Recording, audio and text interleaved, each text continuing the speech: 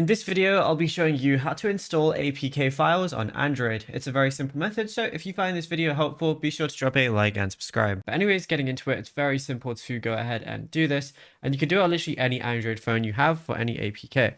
So all you want to do is go over to your browser of choice, because that's where APKs are installed, and find, search up for whatever APK you're trying to download. In this instance, we're going to be using the Epic Games Store. So go ahead and click on wherever it is. I'm going to press install on Android, and then mine's currently already installed. So basically, whenever you try and install an APK, I'm just going to go ahead and type in APK install right here. So we can just download a random one right now. So all I want to do is press accept, and then I'm going to see download on the very bottom. Now it says file won't be harmful. It always says that for APKs. It says, do you want to download this? Then just go ahead and press download anyway. It's going to be downloading the file. And if you want to know exactly where it is, all you got to do is go over to your files application. And then all you're going to see is install files as one of them. So go ahead and click on that. And then over here, I can open up the installation. Now, if you found this video helpful, be sure to drop a like and subscribe.